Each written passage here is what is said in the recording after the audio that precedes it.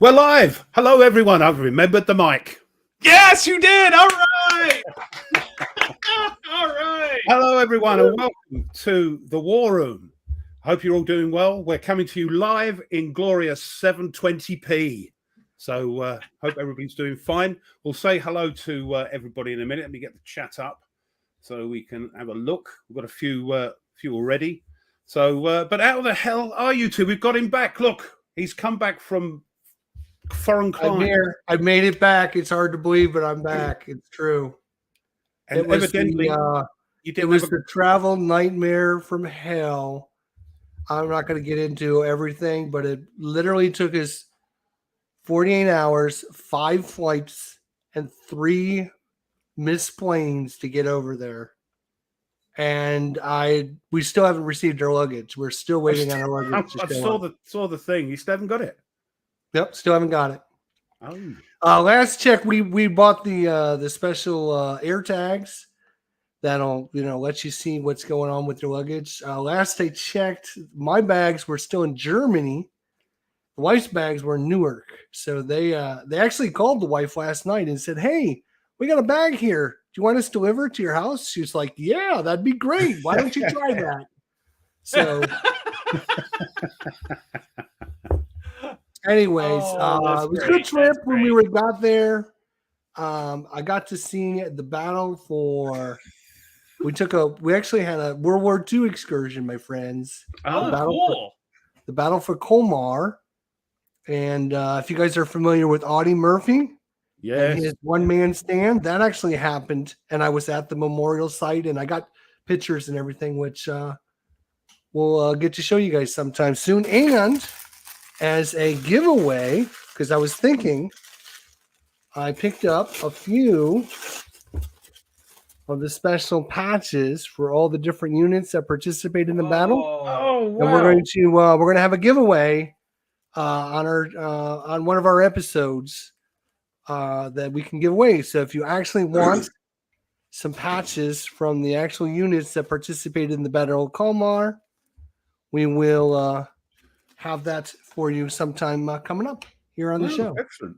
Right. I'm just going to let's say hello to everyone because they've been waiting patiently, and thank you for joining. Hello, it's Alistair and Herman. Yeah, it's all been very quiet for you, isn't it? Very quiet and boring. Yeah. Stuka's in the house. And Mike, MYK, you're in Scandinavia, I think, somewhere. I remember Sweden. Right. He's in Sweden. Yes, that's right. Edward and Jeffrey, Thomas. We got them all out because you're back. You see, Peter Berg, Extra Squeaky, Groucho, Charles. Everyone's in. Do we say William? Yeah, William's in, and Meandering Mike, Phoenix Knight. Koyi was watching. Yep. Watching last night. I have no idea why people watch us, but I guess. But I'm glad they do. Yes, I'm very happy that they do. Harold, crikey, Jeff, Kevin. Oh, that's a new one on me. Poltergeist board games. How you doing? Hi. Hello, Poltergeist. How you doing? Yeah, I'm Manatee. And I want me some board games. Okay. Great to see everyone. All right. We got some new people in. Nice to see. Nice to see. Welcome.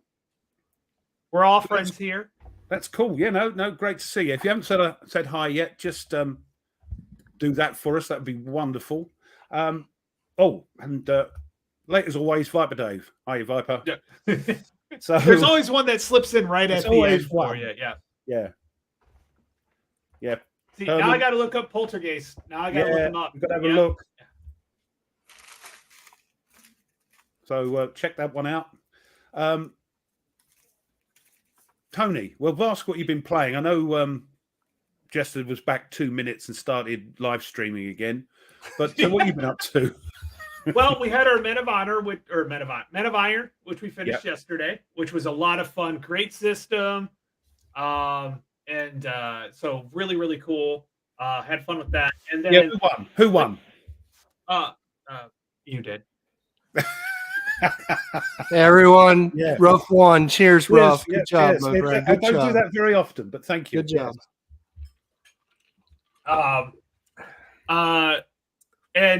So played that. I played scenario of Airborne AE Panzer Grenadier. I finished scenario 3.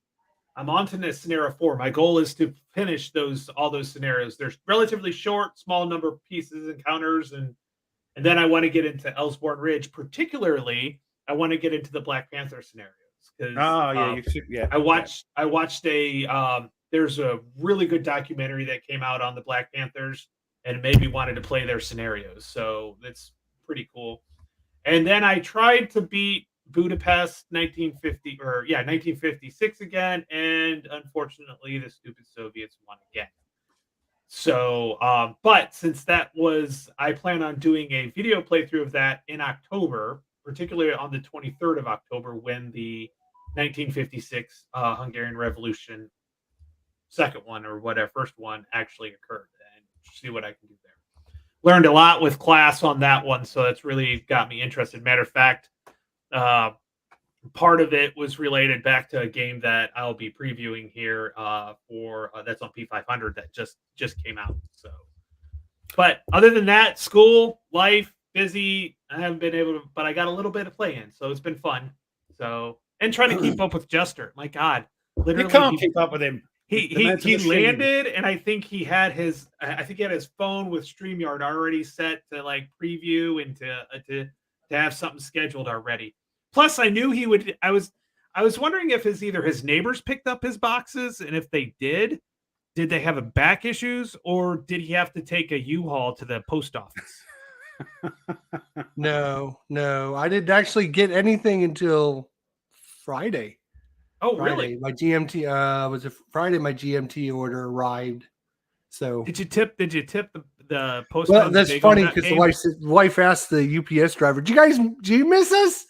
And the UPS lady just shook her head like, "No, didn't miss you at all." Yeah. There's actually you might want to call that 2-0, but there's a reason for that. It's called the War of 1812. Yes, so you had your big load of Commands and Colors in Napoleon, and your Paths of Glory as well, didn't you? Yeah. I got mine. So you got all 3 of them now, Jester? Pursuit. Do you have all 3 of them? Yep. Yes. Of course. And another little surprise. 18XX India. I like some 18XX. As long as you, it's fun. Yeah, it's another rabbit hole. 18XX. It's another rabbit hole. Thank God they don't appeal to me. I like my trains, I like my chuffs, but no. No. You like the Ticket to Ride more or less? No. What have I been up to? I'm still trying desperately, but because of things going on, to get Combat, which is over there on the other table, on the channel. And I've cleared. You might have noticed it looks a bit different with this. I've got the camera on a mic stand, so I can move everything along this way and leave me over half the table to put the game on, so I can record it on here and then get something else out over there. That's the theory. The only other thing that turned up today is this. Good Jesus. Oh, you got the Freezing Inferno. Freezing Inferno. Who did that one? Oh my God, look at that box. That's like it's a big old box. Look. It's the Soviets versus Finland, 39-40. The Winter War. Crikey. On the back there. So wow. They sent this to me. I'm hoping everything's all right because There's stuff rattling about in half there. the games sound like that, anyways. Yeah, but it's by Princeps Games, and they said, "Would you like to? Would you do something for me on it?" So they've sent me that. They're supposed to be sending me the brand new game, which isn't out yet. But the reason I said yes is because when this is in the prototype. I think Mo and Zilla Blitz did some sort of review at the prototype, and there wasn't any. They made a few suggestions, and I think they're in this release the game. updated one. When they asked me, I went, because looking on the Kickstarter, it's like tactical combat system. You have to write out your orders. I'm playing ahead, yeah. But they've brought out a solo thing for it. So I said, okay, as I can play it solo, then I'll have a look at it for you. So that turned up. So I'll probably do an unboxing of that during the week if I can get that going. Now I've got this table clear. But that's about it. I'm really looking forward to getting Combat on the channel because it's a fantastic game. It's fun. And it is ambush. It's a replayable version of ambush, if you like. So even though you set up the scenarios the same, you're picking random chits, random counters for their units, and the cards that you use give you random orders for those Germans. So it does play differently every time. And whether or not when you score a hit, whether or not it's a wound or a miss, is all random as well. There we go. And yes, this is what we'll be talking about today. The shelf of shame or the shelf of opportunity. We've got to get out. We've got to get them off the shelf and played one way or another. And as I might be talking about later on, if not physically, virtually is another way to get them off the shelf, to say you've played them. But of course, being gamers, how many games do you need? Just one more. One more. Yes. So of course, just one more. Yeah, just one more. So we'll be talking about that later. Are we going to talk about the fact that some people need to order games so that they have new things to play? Somebody has to have, and I think it's inherent in us that we have to have a shelf of shame. It's in our DNA. We have to have this guilt associated with us. So I was telling Ralph last week. I actually had a little extra money from the paycheck. I got a little more money, and I'm like, I honestly don't. I need to buy something. No, you don't. But I don't know. I did it. I actually did not find anything I wanted to buy right at the moment because I was like, okay, now I'm becoming a collector. There wasn't anything new. Everything I want is on pre-order, and that's what I really want is the stuff that's on pre-order, and I can't get it yet. So yeah. Mike's overwhelmed with it. Yeah, I bet he is. I bet he's overwhelmed with that. Yes. So. I think he's talking about us. Uh-oh. Never. So it'll divulge into something not appropriate. We'll go off subjects and we'll be talking about silly things. But Jessica, you've been playing some stuff this week, haven't you? Do you want to tell us what you've been up to? There's one of them I'm quite annoyed at. Unfortunately, I didn't get a lot played this week because I got my Command and Color stuff, so I've been busy stickering. I was actually going to have the Great Stickering live stream, but I decided at the last minute, nah. It would be fun just to sit down and talk while you're doing your thing. Actually, if you all remember, I was the one that started the Great live stream counter clipping before Artwolf started doing it. He copied that from me. Well, okay, but the thing I remember about that stream is you were wearing gloves. You remember that? Yeah, I remember. Of course, that's stuck in there. I can't get it out. He's wearing these gloves. Yeah, the doctor will see you now. And because he was clipping so much, his poor hands couldn't stand it anymore. It was the plastic part of the actual thing was like rubbing on my hand so much. Anyways, so we picked up. What did we play this week? Good question. What the hell did I we was looking. play? It Were was you another playing new some- game. It was. You played 100 million years or something. Oh yes, Escape from 100 Million Years. I was looking It was for kind of an Raquel interesting Welch. little game. Where was Raquel Welch? No, she didn't make the cut. Yeah, Oh, that's 1 million years BC, isn't it? yeah. But it was Yeah, a we're only- fun little interesting game, kind of a resource management type game where you're trying to move your guys around and find pieces and parts before bad things happen. And it's just a random encounter game. But it was fun. It was fun to play something new on my shelf that I don't call my shelf of shame, because I have to have lots of games that I haven't played because, I want to add them to the channel. So I have to have lots of new games. That's the other problem, isn't it? Being a YouTuber, you have to have new content all the time. Right. Because, you just put the same thing out over and over. People are just going to be like, all right, I've seen it 20,000 times. So, Well, there's some that do that. There are a couple that do that. That they've got their games and they play them, and that's fine. But yeah, I can't. I have to. Yeah. Oh, shiny. I'm just. It's new games. Alistair's cancelled his pre. Tell me about it, Alistair. Tell me about it. yeah. I've just got the one. I've got the last Tell us box about to about that sticker. big unboxing that in case Yeah, nobody sticker. saw it. Tell Okay. us about what did you get in case people missed it. I haven't seen Oh, it I yet. got the Command and Colors and the Russian Army expansion, the Spanish Army expansion. You got the lot, didn't you? Let's see, the Austrians. Can you believe how many different factions Napoleon took on? And of course, Russia. Yeah. Crazy when you think about it. Like that mustachioed you chap. could just see the difference when you start going through this. We get a lot of, and just the base game has the British and the Portuguese and the French, of course. And when you start stickering everything, you're like, oh, okay, so there's an equal number of British and French units. Okay, that makes sense. But then you start adding in all these other expansions, and each of the expansions add a couple French units, but that adds a whole new faction, like the Russian army.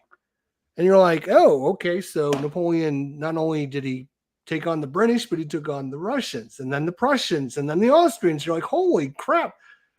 The amount of people that he took on was amazing. They were called the coalitions, weren't they? There was it was them against the coalitions. It was him. Yeah, yes. it was insane. You get to, and this is just, there's a couple other factions that haven't been reprinted yet, but holy cow. So, yeah, look. and then I getting got noticed. the India, and I got the Pursuit to Glory with his the World War I CDG. You also got system. another game in on your unboxing, one of them, and it annoyed me greatly because I checked it out and nobody's even heard of it. Yes. Ooh, it's all ready to go. It's all ready to go. Yeah. Is that your show for tonight while Ohio State plays Notre Dame? No, I'm going to watch the Ohio State game. So I think I'm going to watch the Ohio State game. Yeah, so I'm looking forward to trying Legendary Encounters. Rough. I think you're going to like it. It's very similar to the Aliens. Yeah. Because it basically does the story mode. You're going to see the exact same things like the movies, and you go through and you play through movies, and you'll recognize like some of the characters. Yeah. I mean, Aliens and James Bond, the family will sit and play that. They're great, fun games, but Aliens their favorite, I think. So, but yeah, a lot to try it. Yes, he also did. Thomas, he also did a complete playthrough of Patton's Best. That went on for hundreds of episodes. So yeah, not sure I could do that, but Squeaky wants to know how many hours you've been stickering. It's actually not too bad. It's not too bad. It's like about an hour per box. So the core box is a little bit more because there's more in it, but maybe 2 hours for the core box, an hour for each expansion box. So you're looking at like 8 to 10 hours of stickering. Good grief. That's a day's work. It is. I mean, last night, man, when I was done, I was like, oh, my back is killing me. I'm done. I am so done. So here's the interesting thing. Whatever that means. I think I told you I think I told you guys before I left. Maybe not. Maybe this was the last show before I left. I started watching all these documentaries, rough, on the Brits and we were there. Heritage It's and often not remembered. We were there. And I know all about all of them now. I mean, you name it, I could probably tell you. Okay, I just watched a 4-part series on King Edward the Eighth. Was it One? the They were eighth? abdicated. Yeah. Yeah, the big fat one. Oh no, that's Edward. Oh God, is that Edward the Eighth? Oh my Edward gosh, the I do not remember. God, How there's do so I many know? of them. There's so many of One them. that had the 6 wives, Anne Oh, Marie, hey, King Henry VIII. Henry the Eighth. King Henry VIII. That's it, right? Yeah, the Tudor dynasty. The the end of the Tudor dynasty. Yeah, it was like a 4-part series on just that. So I've been sitting here stinkering and watching that, and I've been brainwashed by you Brits now. It's great. So when you were I'll on tell you holiday, what, you guys do a great job with your documentaries, man. yeah, They do. Yes. Oh we my do. gosh, you guys do a Very great job. polished. When you're talking about British history, you guys get into British history. Well, we've got so much of it, you see, and also in 2,000 Europe, years plus. and Europe as well. So when you were across, in that part of the world, did you visit any war sites or go to any museums concerning warfare? Yeah. I went to the Audie Murphy Museum and the museum in Colmar, which is in southern France, and we went on a tour, on a bus tour, and they took us through all the villages, and it was really good. It was really interesting, and you found out a lot of information. And without the pictures, it's kind of hard to really see. But To Hell and Back. You guys ever heard the name of that movie or book? Yeah. Audie Murphy wrote it. It was basically after the war in 1946, he came back and re-stepped his time in the war and wrote down notes and everything because he was going to plan on writing this book. And so he did. And the name of the book is To Hell and Back. And there's a lot of important details in the book that I actually saw and they talked about on the little tour, which is kind of interesting. So, yeah, we got to see all that. And it's interesting because we went to Notre Dame, and that place is amazing. Did you see the Hunchback leaping about at the top there? No. Yeah. It is rough. It is different. Your country and Europe is different for us Americans because everywhere you go, you have these old buildings and you have these old historic sites and stuff. Yeah. In the U.S., we don't. It's Europe. Europe and Britain are the same. But I think maybe I can only speak for maybe myself. Thinking about it, that we get a little blasé about it. We're surrounded by all this history. Even walking through London. I know there's lots of new buildings, but looking at the old. As you come off of one of the mainline stations into London from where I am, Fenchurch Street, you walk out of there and there's this old church, very small church, virtually a chapel with skulls on the top, and that goes back to like the 16th, 17th century. And you're just walking around everywhere is historical, and it's the same with most little towns. We're walking around in the tour. The bus. They had these little arches and the bus couldn't go under there. So they parked the bus and they were walking around this town and everything looked, like a European town, and then we got to this one spot and this one building stuck out. And so somebody in the tour said, well, how come this building looks different than everything else? And the reason is it was the only building that didn't get bombed in World War II. It was the only building that made it through. Everything else got completely wiped out, 90% wiped out. And so they had to rebuild everything except for that one building. I thought that was so interesting. So in Germany, I think the one town got spared was Heidelberg, if I remember right. I think. everything else they rebuilt to look like it did after the war to make it look like it was old. But I think Heidelberg, was there was the only town if you wanted to see true like historical buildings and stuff like that. That's the only place you can go to actually see buildings from way back because it was all destroyed. Not I know there's one town I think it's Heidelberg. Oh, not Dresden. Yeah, no, that's yeah. That's that was rebuilt from ground up, unfortunately. And out Coventry as well. That was virtually wiped out. Yeah, and it was good to be over there and see the different.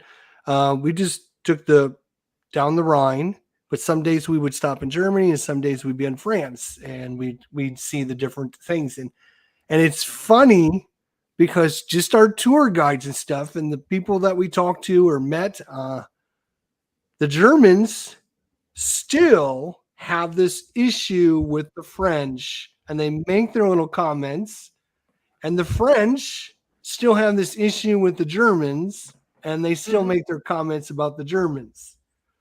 And it's nothing bad or derogatory. It's just some of the comments they made. And then, I'm just kidding or whatever, Yeah.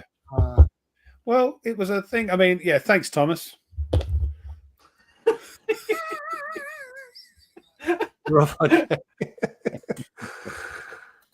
But so, yeah, that sounds like you had a great time. So the traveling was the nightmare. The actual holiday itself was okay, was great, yeah?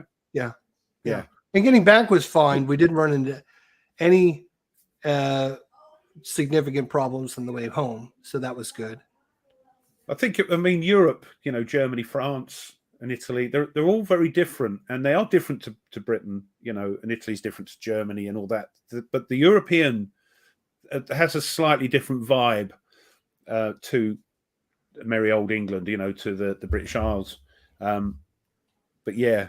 I'm actually, and I'm seriously considering for our next trip to coming to England because of the history and learning about all the different royals and wanting to see the different places. Well, if you do, we'll come over, bring Tony and the family as well, or make it a sort of joint thing, and we'll come over. My whole family wants to come and meet the Ruff family. I'm not kidding either. We are rough, I'll tell you. We went out. We went to dinner afterwards last night, and we were talking. It was me and Alex and Natalie and Karen, and Natalie's like, "I want to go meet Ruff. Like, I want to actually meet him. It's great to do stuff. Like when I got to meet Jester, got to meet me, and she wasn't too impressed. So she was. Actually, she went to dinner with us. So at least she went to dinner with us. The boys did it, So. But yeah, no, it's so funny. So like, it would be great if we could get Jester and Barb, and then we could have a war room show from Ruff's living room with all three of us there. That would be epic. God, epic. Oh, the wife's gone pale. Hold on. But if you do, we'll just send the wives out. They can go out. Yeah, they can go out. We'll get the drinks in and we'll have a great time. But if you do, we'll meet you in London. We'll take you on a tour of London. We'll do might be a couple of days because there's a lot to see. And we're going to do all the stuff. We're going to see the palace. We'll go to the Tower of London. We'll do all the walks around the side, show you where the Great Fire of London started and all that. So, I think what's interesting is that the Tower of London used to be on the Thames. Like the river used to run like right by it. Like, it still does. You've got Traitor's Gate, which comes off. Oh, okay. Yeah. Okay. Where they used to put. But every time I see it, it's like farther. It's a little bit farther away than what it used to. Didn't it used to butt up against it? Like half of it was against it. I don't know. Maybe I don't know. It might have done. I don't. Well, it might have receded slightly. The Thames, Old Father Thames, but yeah, we've got the church. Yeah. See, there's all these things as well. But you've got to see. It's just dripping history. But I think, as I say, especially if you live in London, I know when I lived in London, that you do get a little bit blasé about it because it's there all the time. And it's only when you visit London and looking around and think, yeah, this is cool. So a lot of modern stuff, a lot of stuff I'm not happy with, but there's still that history there when you walk down. And some of the You streets are still just put cobbled. car parks over like important battles. Yeah, yeah. I mean, even going I'm around. never gonna let the British people and that like live that one out. Like you literally buried the king, current king under, and it became a car park. Like, yeah. So, but it just shows you, hundreds of years before they didn't even know where he was for hundreds of years. So yeah, it's only because they were doing. So that was actually pretty cool that they did find him. Like that's it's like. What is it in Italy? Somebody was building or remodeling a house and they were digging down and they found like an ancient ruined plaza. The tour guides that we were on, they complained about the people that come in. Every time they find something, the building's got to stop, and then the architects or the archaeologists got to come in and they got to document everything. And they're like, how many times do you got to document a stupid bowl? Good Lord. It's the same in London. In a million. What the hell? It's like the same in London. Oh, we found some Roman stuff. We have to stop building of this office block, and everybody's up in arms, Yeah. But you can see we were doing this little bar hop thing and went to one of the places that they were excavating the basement. What had happened was in World War II, they bombed it and it all kind of collapsed and they just built on top of it. And then the owner wanted to build a basement. And so they started digging down. They started finding these things. And so then they had to stop and find out what was in there and everything. So it was crazy. Yeah. And the owner was like, Patrick, 5 years? Come on, how many bowls do you need? Good Lord. Patrick Pictures had a question I was going to ask. He must be slightly delayed on the video. How was the fire? Was there much damage still, or I didn't see anything wrong with Notre Dame. Okay, because I know it. I thought it burned down, but it's a stone building, so I don't know how it could burn down. But there was a huge fire there. No, that wasn't Notre Dame. That was I could have swore it was Notre Dame. The one in Paris. Wasn't the one in Paris? That's Notre Dame. Yeah, Notre Dame. Notre Dame is in Paris. Notre Dame. There is nothing like a Notre Dame. Nothing. No, Notre Dame. Yeah. Notre Dame. That's the name of the school. Yeah. Well, that's who we're playing today, boys. Yeah. Yeah. Are you playing Notre Dame? I'm ready to show my shirt off, but I've just got a Westmoreland shirt on. So. Hey, David. So it was. Yeah. Yeah. Yeah, that's the problem. That's it. You always find something, which is cool. I mean, we were just driving the bus to get to the vineyard or wherever we're going to. The lady would be like, "Oh, on your left-hand side, you'll see a bunker here from World War II," and give you all the details about it and everything. Yeah, to say the other thing, you're driving in the country, especially if we're down by near the coast, and you'll see these pillboxes. They just haven't got rid of them. Pillboxes that they wrote in case we were invaded by the Germans. So there's lots of these pillboxes all over the place on farmland and that. And it's there. They're not knocked down. I think a lot of them are. Mm-hmm. It's in 29, so they probably repaired everything by now. And so we were in Germany. We learned a lot of interesting things. Germany is about the size of Montana for you guys in the U.S. All right. We know our limits, But they have 68 million people in Germany. You can fit that in Montana pretty easily. Thing is, with Montana, haven't got that many people, but there's just lots of places. It's like Australia, isn't it? There's a lot of places where there aren't anybody. Yeah, it's different when you're flying over Europe. You can see all these little pocket towns everywhere. In the U.S., it's not like that. Everything is kind of like in one area, and then you go a long way, and then you see another clump, big clump. And in Europe, we call those like flyover states. Everywhere. You don't know what flyover states are because you can't fly over anything without seeing something. In America, you fly over the states because there's so much land. Yeah. couple of weeks. He went for a couple of weeks. He got back. Yeah, it was last week. Yeah, last 2 weeks, actually. Last 3 weeks, or 2 or 3 weeks ago. Yeah, so. I left the 9th and we got back like the 18th or something. Yeah. Yeah. Edward had to look it up. Thank you for Googling that. 1.1 million in Montana. I need to move to Montana. Yes, they do. I think there's in. Yeah. Yep. Yeah. I saw it was like an abandoned places, and it's like this. It was like this gun to protect. There was a couple of them, if I remember right. Yeah. We've also got gun emplacements for Napoleon, in case he invaded. And they're still there, and you can go and visit them. They're not in. They're in. Is it Dartford? I think. No, not Dartford. On the coast. It'll come to me in a minute, or somebody will tell me. So yeah, 1.1 as opposed to 65 million in Germany. Yeah. Yeah. 60, I think she said 68 or 68. Yeah. Million. I was like, holy crap, that's a lot. But yeah. It's really, they're really good. It's it was good. It was good. It was good to see. It was like I said, a lot of history and a lot of signs and stuff that's still there. And like the Audie Murphy Memorial is like out in the middle of nowhere. If you literally didn't know it was there, you could walk right by it and not even know it's there. It's crazy. There's like a flag and a little stone on the ground and like a little plaque that talks a little bit about it, and that was about it.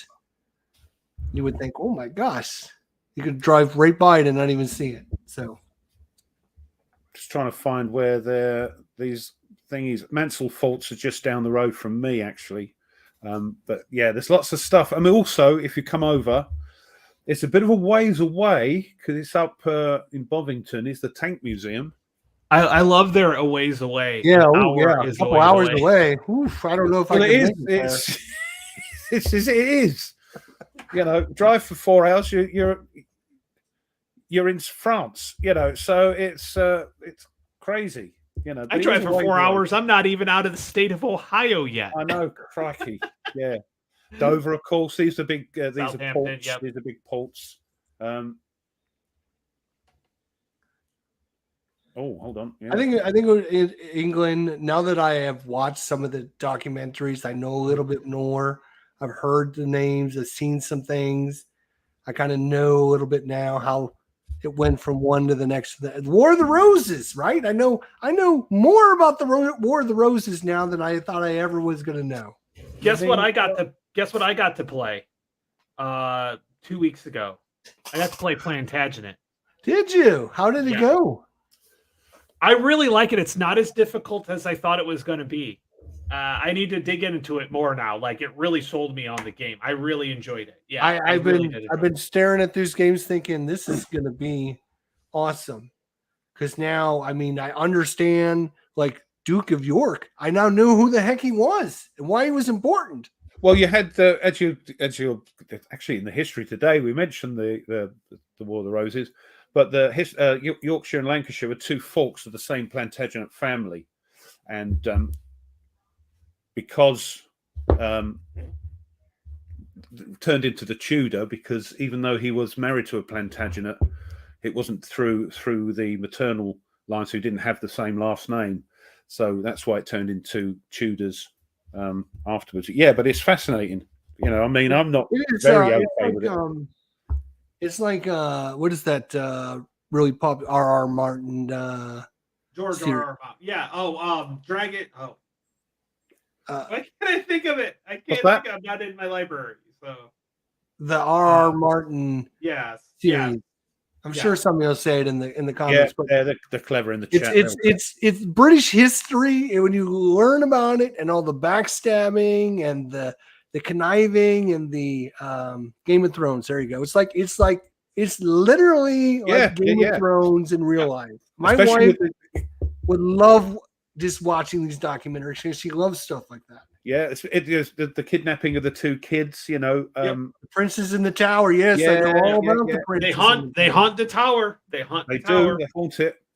Yeah, you'd have to go there. We'll have to go there and show you. They've got Henry VIII's armor in there, and it's all, you've got the beef eaters and all that sorts of things. Do So they yeah, keep the gin around? Do they keep the gin around? I mean, they're beef they eaters. probably have a little tip or the beef eaters. Yeah, I'm surprised you get beef eater gin over there. Do you?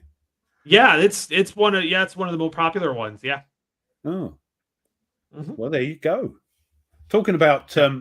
history, do you want me to do me history thing? Well, hell, we're 42 minutes into the I show know we're already. talking about. Yeah, we better get on with it then. Let's have a look. We're professional here. We're keeping on topic, which is weird. Yeah. I'm feeling a little Twilight Zone-ish right now. It's weird. Yeah, yeah.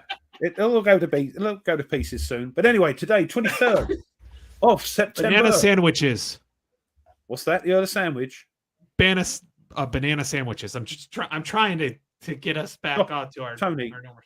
This is new to me hosting. All right, don't make it any worse. Don't give me the jitters. All right, I'm trying to do the best. Just let me get on I'm with on my it. best behavior because I know. I know you are. I've no heard of rent. They're trying to. I've seen some on Tack Up. They've been trying to goad you to rant about certain things. But I'm pleased to see you're controlling yourself very well. But anyway, today, 1338. The first naval battle of the 100 Years' War between England and France, who else, took place on this day. It was the first naval battle using artillery, as the English ship Christopher had 3 cannons and 1 handgun. Now, just mentioned 1459, the first major War of the Roses battle. The Yorkists, in spite of being heavily outnumbered 2-1, defeated the Lancastrians at the Battle of Blore Heath in Staffordshire, which incidentally is in the old Men of Iron. So that's in there as well. So after the first Battle of St. Albans, which is also in that box, in 1455, an uneasy peace held in England. Attempts at reconciliation between the houses of Lancaster and York enjoyed marginal success. However, both sides became increasingly wary of each other and by 1459 were actively recruiting armed supporters. Queen Margaret of Anjou continued to raise support for King Henry VI amongst noblemen, distributing an emblem of a silver swan to knights and squires enlisted by her personally, whilst the Yorkist command under the Duke of York was finding plenty of anti-royal support despite the severe punishment for raising arms against the king. The Yorkists' force based at Middleton Castle in Yorkshire, led by the Earl of Salisbury, needed to link up with the main Yorkist army at Ludlow Castle in Shropshire. As Salisbury marched southwest through the Midlands, the Queen ordered Lord Audley to intercept them. And then this big battle occurred. There was lots of toing and froing. What's his name? The Duke of York sort of outnumbered. They tried to get. They did a sort of feint. They moved back and tried to look like they were retreating. And of course, the other lot came forward, and then they turned around and sorted them out. And they did that a few times, but in the end, no, it was the Lancastrians tried that, and but in the end, because it didn't work, in the end, the Yorkists won. So that's today in 1459, Blore Heath and St. Albans in that blooming tri-pack again. 1641, the Merchant Royal, a 17th century English merchant ship, was lost at sea off Land's End. On board, nothing to do with military, it's just interesting. On board, though, were at least £100,000 of gold, which is nearly £1 billion in today's money, 400 bars of Mexican silver, and nearly 500,000 pieces of 8 and other coins, making it one of the most valuable wrecks of all time. The wreck remains undiscovered. And also 1779, this is interesting. During the American Revolution, John Paul Jones on board the USS Bonhomme Richard beat British forces at the Battle of Flamborough Head. It became one of the most celebrated naval actions of the American War of Independence. Now, this is what's interesting. Don't give up the ship. No, the Battle of Flamborough Head took place today in 1779 in the North Sea, off the coast of Yorkshire. Oh, it was a home match for the Brits and they lost. Yeah, between a combined Franco-American squadron led by Continental Navy officer, as I just said, John Paul Jones, and two British escort vessels protecting a large merchant convoy.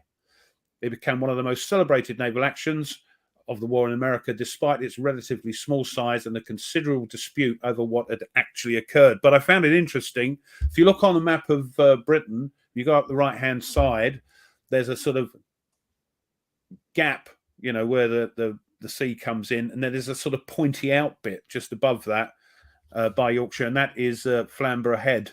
So I thought that interesting that it took place off the coast of Yorkshire. 1940. Not actually a lot going on in the war on this day. I know the war was going on, of course, in that time, but not a lot actually going on this day. The George Cross and the George Medal for civilian acts of courage were instituted. So these are ones that only civilians can get, and I think also emergency services like firefighters and the like can be awarded these medals. 1942, though, the only thing I can find, World War II that happened today, that the always a problem with these, Mantenicao action in the Guadalcanal begins. The US Marines attacked Japanese units along that river, which didn't go too well for the Americans, evidently. And the last thing, 1976, another one to end it. It's always a horrible one.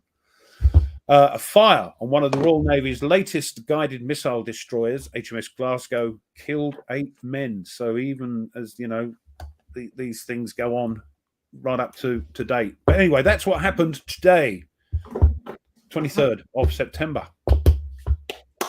There we go. Nice.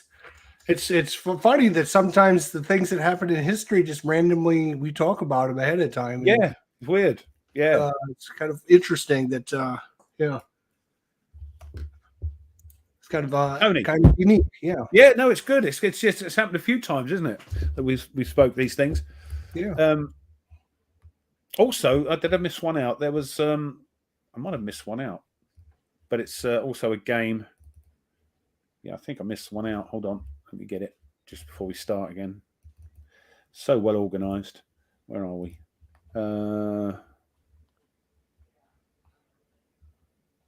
This one. Yeah, I did miss one out.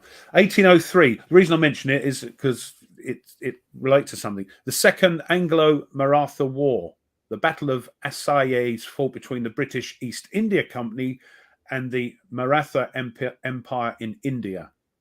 Now, the Maratha Empire gave Britain a curry dish, one of the most popular dishes in Britain, called the vindaloo, and very hot, very spicy. And there is a new game from Legion War Games called Vindaloo, and one of the battles in it is this battle I've just mentioned that took place today in 1803. So, yes, sorry I missed that out, but there we are. Wow, nice. Yeah. It's on pre-order now, Vindaloo. Sorry, Tony. Oh, no worries. No worries. Awesome. Awesome. Okay, I've shared. You gotta share my screen. There we go. Oh, see, I'm now getting good at this. Yeah. Ish. So the game that's on pre-order that from GMT, and I think it's been out for a little while. It's already got over 557, but it's kind of new to me type thing. Is 1848, The Springtime of Nations. Currently, the reason why this caught my attention is I read a book for my class called The Magic Lantern. And what the Magic Lantern was, the theater in Prague in 1989 during Czechoslovakia when they were basically kicking out the communists. And so all the opposition parties were in this Magic Lantern. Timothy Garton Ash is the historian that was actually there and was invited into it. He is a Brit, by the way, just to give that one up for you. And actually, he was not only just in Prague, but he was in Budapest during the funeral or re-funeral for Nagy, Emir Nagy, who was killed or, killed, hung. So, if we're in the 56 Budapest rebellion, but he was also in Poland, and he was in what was the other one? It was East Berlin or Berlin when the wall fell. So he was in 4 out of the 6 countries of the Eastern Bloc when communism fell. So he was talking about how he was, and he had been in the Eastern Europe, basically rabble rousing earlier, and he was kicked out. Actually, he wasn't allowed back in East Berlin for the longest time because of that. But he was talking how in Budapest, the 1848 was a big year for them as well. And he was comparing the 1848, the 1956, and 1989, the 3 different revolutions of the time period and how they went through. So that caught my eye when I was going through the P500. I'm like, oh, what's this? Well, to be interesting, it is actually based off of the 1989 Dawn of Freedom and Twilight Struggle. So I think it's interesting that they use the 1989 and the 1848 kind of, the game that and the kind of a similar revolution type thing. So it's pretty cool. It is not soloable, not at all. Matter of fact, the solo rating is absolutely 0. So, and a lot of it's because the battling is using cards. You're using cards to battle with, so it's kind of hard to do that. But I will still get this and find somebody to play with because of the topic and interest. It's a differently, if you liked Twilight Struggle, if you liked the 1989 series, this is going to be followed right along with that. This is a brand new one out, isn't it? Brand new P500. Yeah. Yes. And it's already up to 553 pre-orders.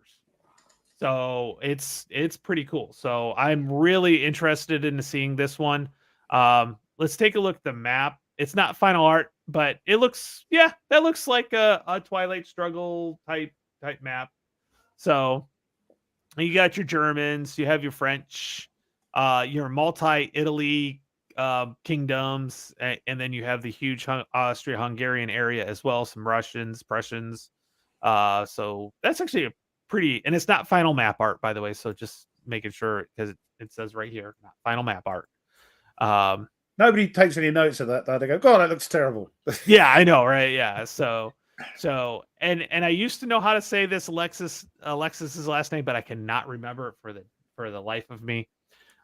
He's quite English, but he was the one that coined the revolutionary wind is blowing, and that's where the springtime of nations. So this happened in the spring of 1848, winter, spring. So there you have it. So if you're interested in it, it's got quite a bit of, you've got the French, the Republic of Venice, the Roman Republic. So you've got 2 of the Italies and the Hungarian Republic. So interesting class struggle, 4 seasons. So yeah, one map board. So it's a mounted map already. So that's a plus on that one. 2 6-sided dice, because Lord knows we need more of those. Don't start him off. 194 poker sized cards. Actually, I would make sense with the 2-sided, 6-sided dice. This could literally be somebody's first game when they're like, hey, this looks interesting. 2 counter sheets. Oh my God, there's a crap ton of counters. A lot of them are influence markers, so that makes sense. So they're all the same. 2 double-sided player aids, 1 rulebook, and a 3-inch box. And again, not solo friendly at all, but looking forward to it. So there you go. Interesting in revolutions. It's great. And one real quick thing about the Magic Lantern that I read is he actually didn't call them really revolutions. He called them revolutions with an F instead of a V, because most people think revolutions are violent and nasty like that. Of the 6 countries, only one of them, Romania, was there actually any real violence in them. All of them were pretty free of violence, and pretty much so a lot of that was because of the fact that the Soviets said they weren't going to help out anymore. They weren't going to help domestic repression using Soviet troops, which is what happened in Poland, what happened in Hungary, and what happened in the Czech Republic. The Soviet army came in. So I think the Communist Party leaders in those countries saw the writing on the wall and was like, okay, we have nothing to fight back, because eventually a lot of them never used their own troops to repress. It was always the Soviet troops or pro-Soviet troops, and they realized they couldn't get away with it. So interesting topic. I've only got 4 more weeks of this class. And then I'm into history, magic, and science of the Middle Ages. So Ooh. basically the same thing in the Middle Ages, because all three of those are the same topic. Magic, science, and religion are all pretty much the same thing. So Yes. Just on what we said, missed that out. Didn't see anything about that, but evidently he was nearly killed. Not our King Charles III. I think it was. He's talking about. Hi, yeah. Hey, Boo. Talking about the English Civil War. So it's Charles I. Yeah, yeah. yeah, was really I think killed. we would have known if Charles III was killed by. Yeah, I would have got some. There'd have been a news flash or something. Something like that, you know. Maybe they had a little ticker at the bottom or something.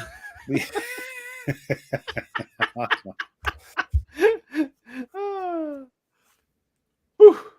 So, Jester, out of that pile of games, have you chosen one? Do you remember your job, I should say? I got one. I'm ready to go. Okay, Go ahead. cool. I got one. No, This is easy. This is a layup. This is so easy. He said that. Yeah, to throw it off. No, it's gonna be Command and Colors. Your Napoleon. Yeah, Not but quite which that one? easy. But which one? Oh yeah, he said it's not quite that easy. Okay. Not quite that easy. Okay. Go ahead. They're going to put your totals in. See how well. Oh yeah, let's put our bad numbers we're gonna in. See do. what we got. Yeah. By the way, your replacements did a great job. We had Blue one time, and then we had Mo the other time. To watch the one with Blue for about the first half of that. Yeah. Yep. And then Mo did Mo chose something. Yeah, so I saw Mo chose something that it took me a while to figure out. We got it, but yeah, it was not a common one, but it wasn't a uncommon. Like it was a toughie. So I think what we didn't do, we didn't narrow it down quick enough. We had a big wide thing. Yeah. So yeah. All right, go ahead. Whoever wants to start. Do you want me to go first, Ruff, or you're hosting? First. You go first. Okay. Yeah. Is it pre? Oh no, we'll do post because that'll narrow it down. Is it post 1945? No, it's not post 1945. Okay. You know that just narrowed took away a lot. You know. Yeah. It's got. I think I know what it is. I think I know. It's got to be. He thinks he knows what it is already. Do you? No, I don't. No, I don't. Is it? Oh, thanks, Edward. I appreciate that. 29 because we're out of practice. No, we're not out of practice. Thank you, Edward. Thank you. Is it pre 1799?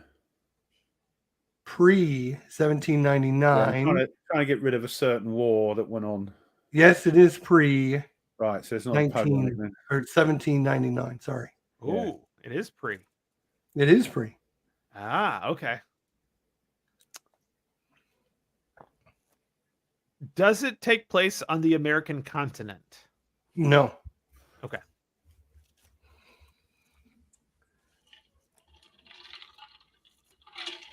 Yeah, it's getting a bit hazy. That one too.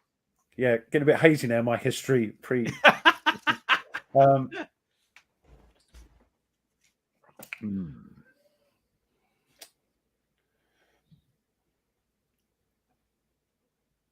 Is it a Europe-based war?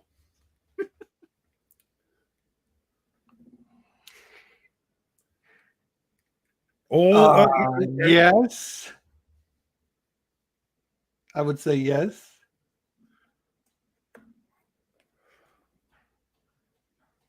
What do we got? You don't have much. You got you got pre 1799, and it's probably somewhere around Europe. Yeah.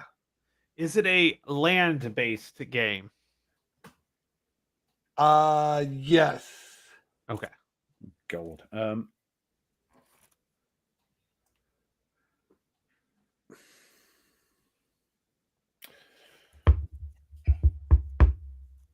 Yeah, very, very ropey now on my history.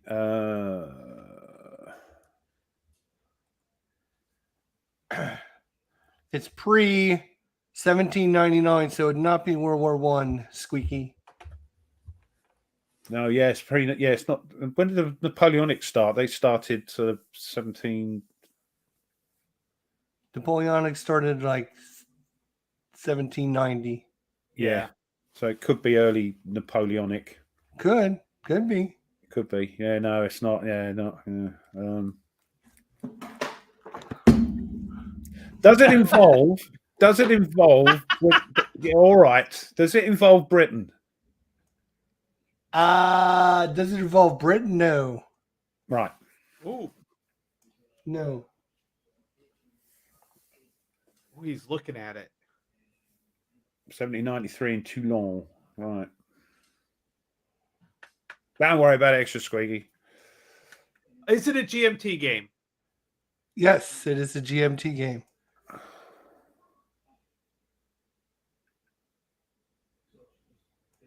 Oh, blimey. I'm faltering today.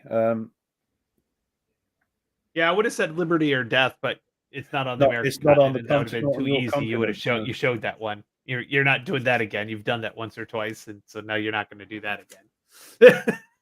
Oh, blimey. What do we got out there? It's a GMT game.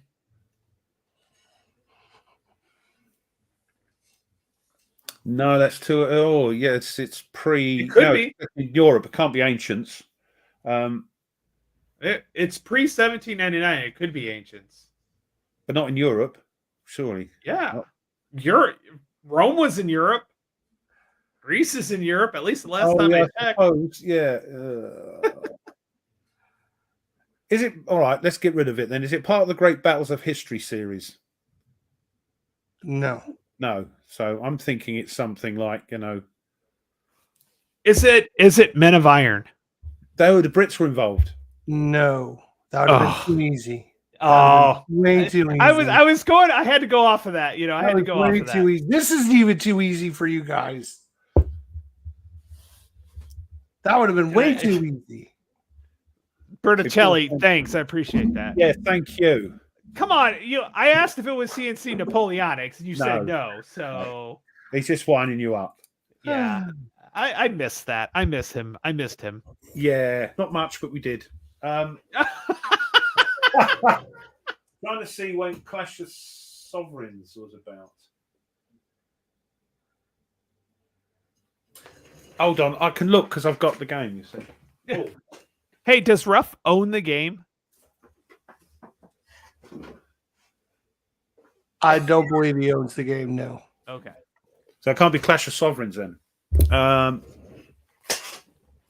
Thanks, Tweez. Oh, shut it, squeeze, tweeze. I'm trying to think what my problem is there's the GMT catalog is so freaking large, even in ancients, or even is it a coin game? I'm sorry, I'm throwing up. That's all right. Yeah. Oh, is it a coin game?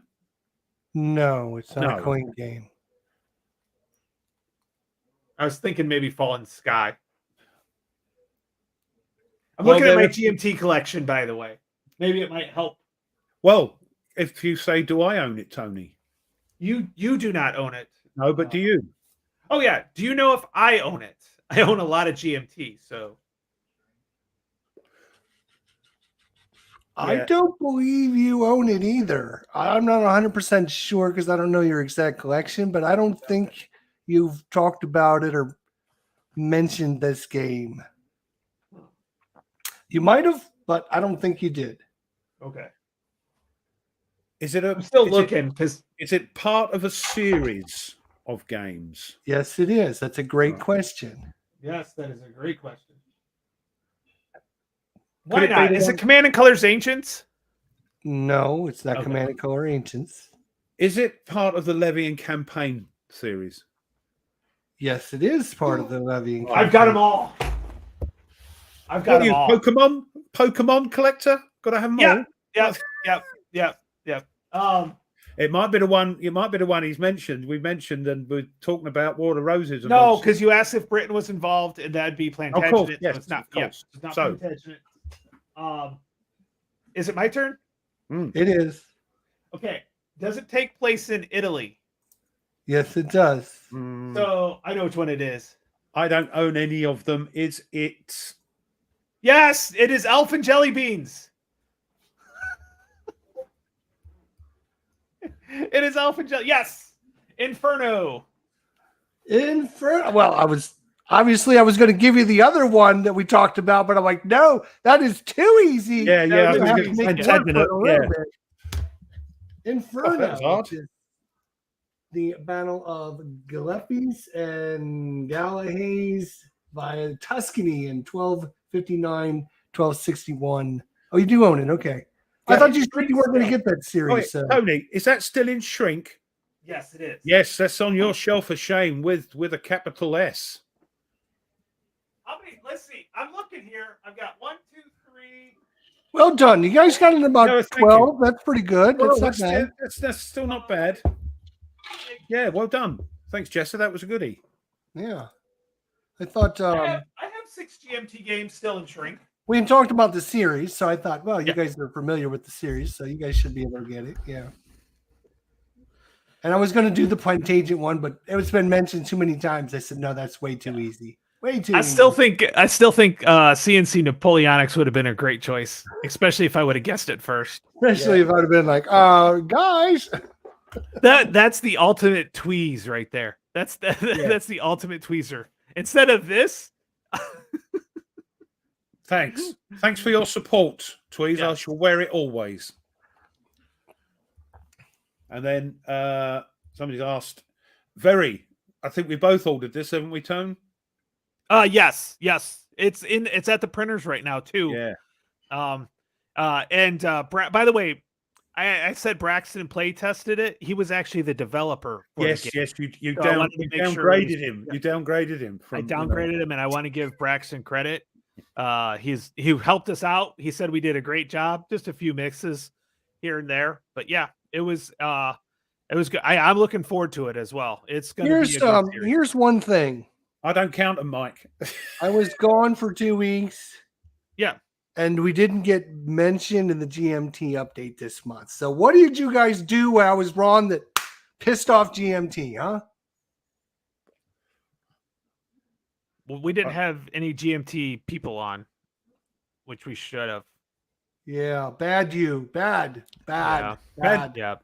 I'm sorry. Yeah. I'm sorry. We were doing good Sorry. there for a I couple failed. months in a row. Come on now. Can't Extra be squeaky. slacking. I have played Plantagenet. I just So played about. tell me about this. I want to know because I'm interested. So we played just one of the smaller scenarios. We only got through one levy and campaign. So what's really cool is the levy is you're kind of building things up, you're moving things around, you're building things up, you're playing cards, you're getting different possibilities. I'm trying to remember because it's been about 2 weeks. But you're building up the levy, you're getting troops and things like that. You're kind of moving it, and then you're campaigning. That's the moving around, and then you battle. And the battle is it's deterministic in some cases. It's like, but how many saves can you roll? It's more of a save than actually doing hits. So when you add up, you see what you have when you do battle. You see what you have. So it's like armor saves on 3 or less. So if they're in it for every hit you get, you can try to save it. And I didn't roll so well. Am I surprised? Like this face, does it look? Yeah. Surprised? I can't remember which side I was, but we went through it. Basically, what I gathered as going through it, because it was me, it was Braxton, and another gentleman, and we literally went through the sequence of play and the rule book, because rule book is set up as sequence of play, and you can go through and do it that way. It's pretty cool. One of the neat features, solo wise, okay. Yeah, it's not bad. It's you. So when you the campaign is the interesting part, because it uses a deck of cards and you stack your deck the way you want them to activate. Okay, and they all activate twice. So all your lords activate twice. So you don't know what the other person, how they're going to activate. Okay, because they have their own deck. You have your own deck. You can activate them twice, or depending on the season, it could be 7 cards to activate, 6 or 5, depending on the year and month and things like that. There's a couple of things on that one.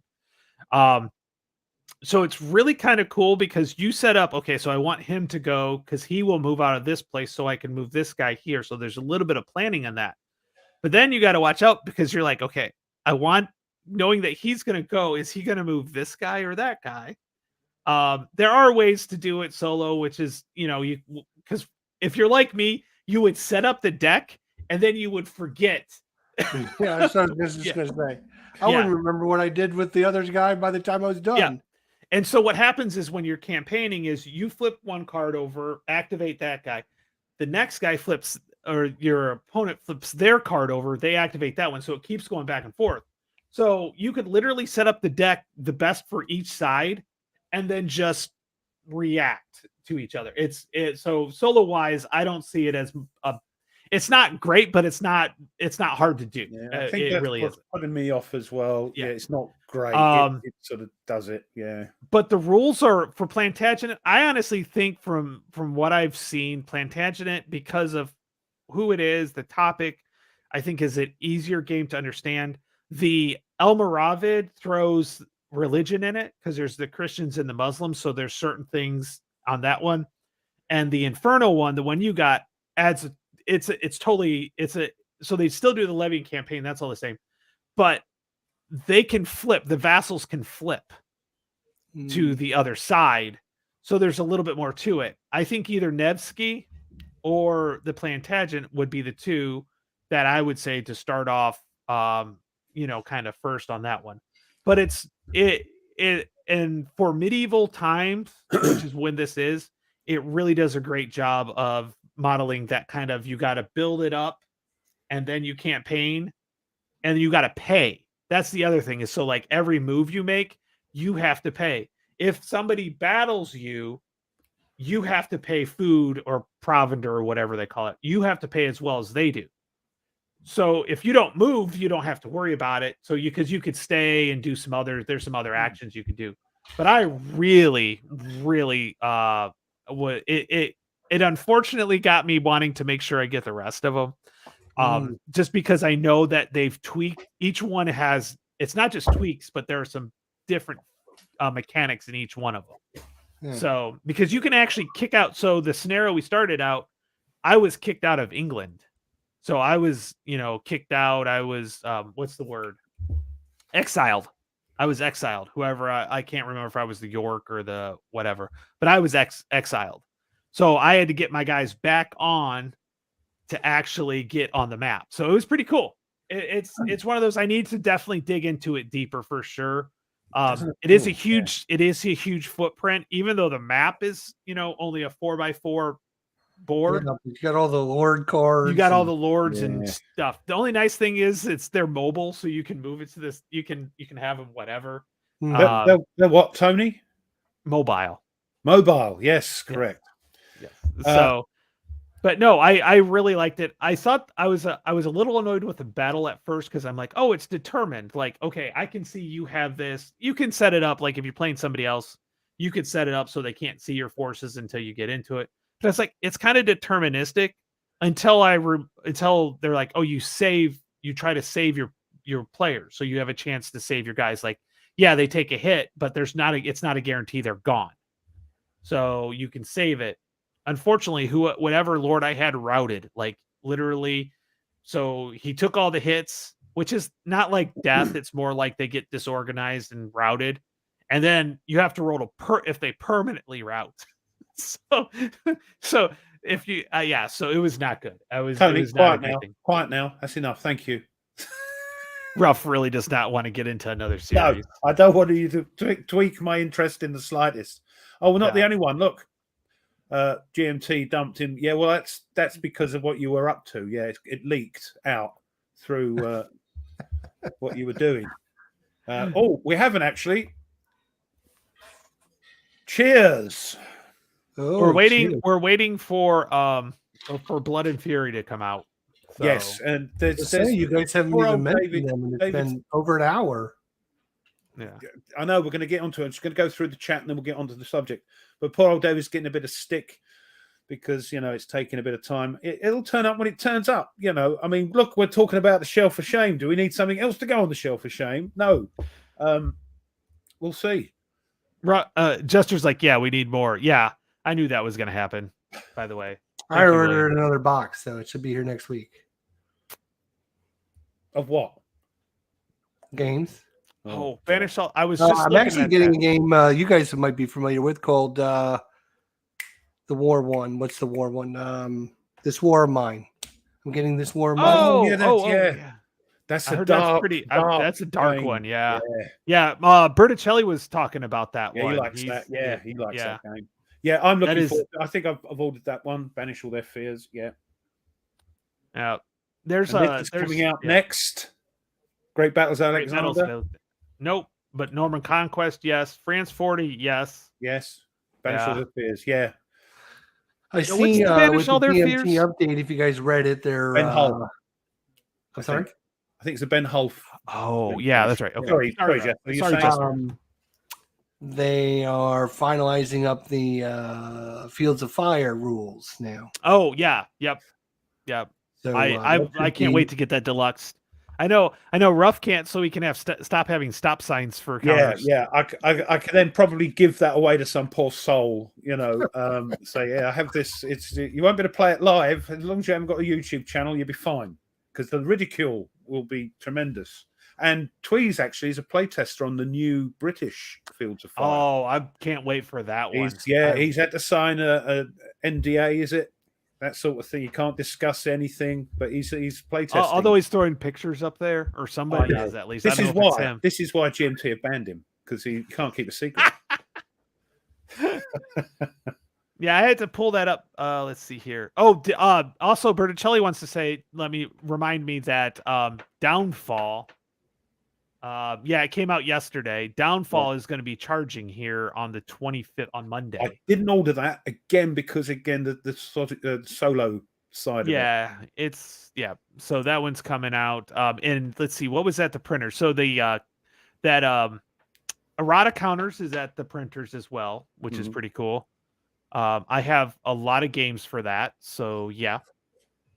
There's going to be a mounted board for the people, which I'm interested in that game.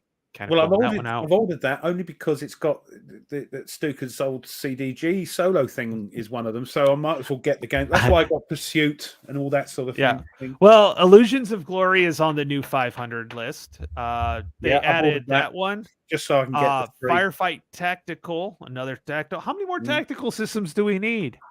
Just one more. Just one more. Yes.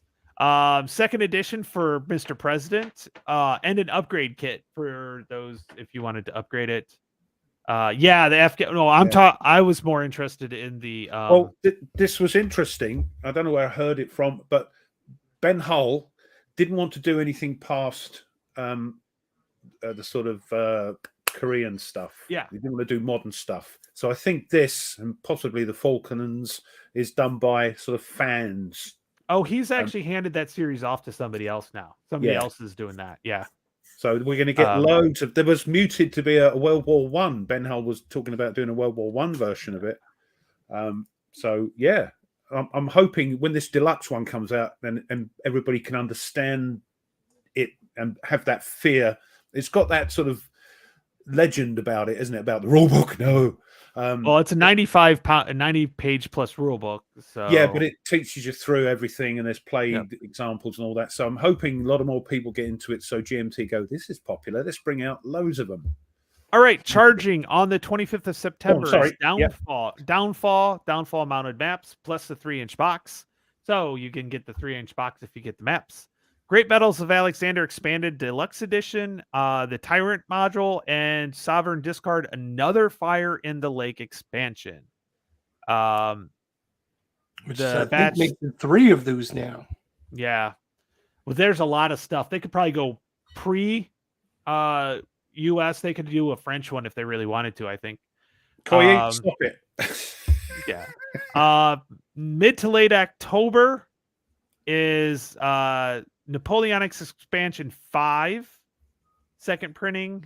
Samurai Battles, second printing. By the way, I will be adding that one. Prime Minister and Ruff, one of our new favorite games, The Last 100 Yards, the Russian Front. So that one will be charging mid to late October. So And I see Herman's up to 1513. So Yeah. he's over 1,500 and he keeps going up. So Fred's in the house, so Yep. he's super excited by Sovereign of Discord being released. yes, I love the coin, and that's, by the way, I think that's what we're gonna do. Ruff, we're gonna do some British Way next. After Alright. I think that'll be a good one. At the printer right now is the 23 replacement sheet. Banish all their feels. CNC Medieval 2nd edition. The Napoleonics Epics, which you need to get, Jester. Not like you can actually play it because it's two maps long. Sorry, what was that? Sorry, Tone. Norman Conquest, Men of Iron Volume 5 is at the printers. Panzer North Africa. Oh, Ed God, Tomato. yes. Some strange, weird, I've never heard of Plum Island horror game is at the printers now. I don't think that's going to be published. No It's idea. It's some weird thing by some, Yeah. who I can't remember his name. Was it German? He's German. Yeah, Lutman German or German something like that. Luton, Yeah.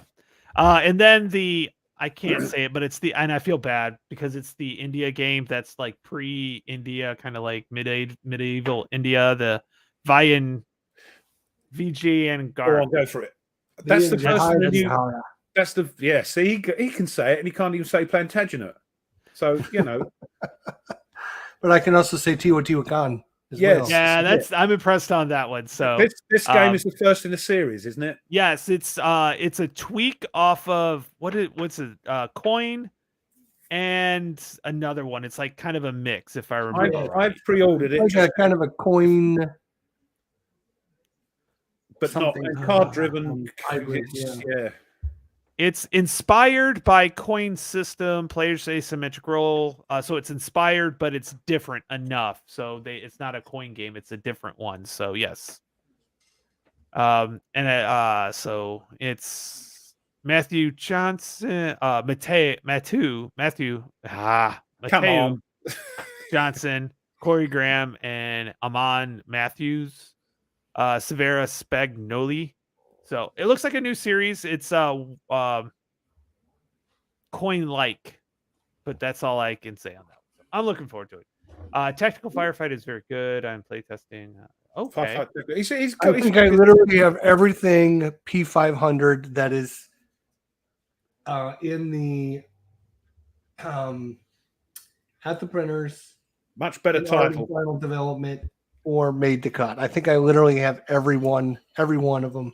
Yeah, I think the only things I don't order, it's terrible. And we're going to talk about it, don't worry, in a minute about Thou Shalt for Shame. And this is part of the problem, is I think I've ordered everything that that has a sort of solo-ish capability.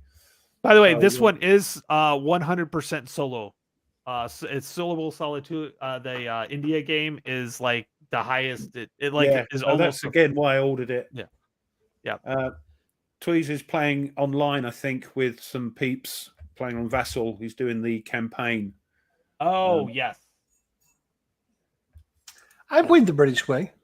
I played a solo game. Yeah. You've played it on the channel. Yeah. I'm hoping it's definitely coin light. Light, yeah. Yeah, very, very, very, very light. It's definitely an intro to coin system. I'm looking forward to playing it. I mean, I've got it, Yeah. of course, but looking forward to playing it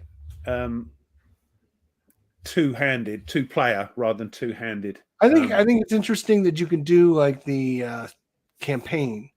So you go in, you play the first scenario, and then depending on how you rank, you get cards and upgrades going into the second scenario, which I think is kind of interesting because it adds a whole replayability to the campaign. Because depending on how you do, you might, do better or worse than the second scenario based on how you do in the first scenario.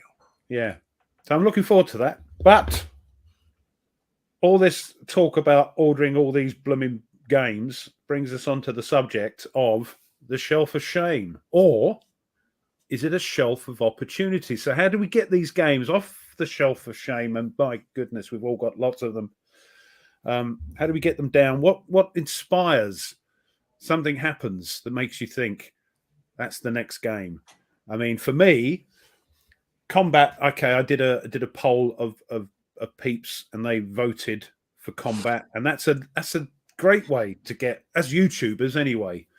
But anybody can do it. Make a poll on Tack Up. If you haven't subscribed to Tack Up Wargaming, you can say, I'm not sure what to play. My shelf of shame is buckling under the weight. What shall I play? And give people, 3 or 4 choices. And then when they vote, you've got to play it, because you've got to supply pictures or whatever to say you've played it. So that's what happened there. I'm glad I got that, because Combat ! Isn't a cheap game, and I've got Volume 2 as well, so I'm thoroughly enjoying it. It's just trying to get it videoed for the channel.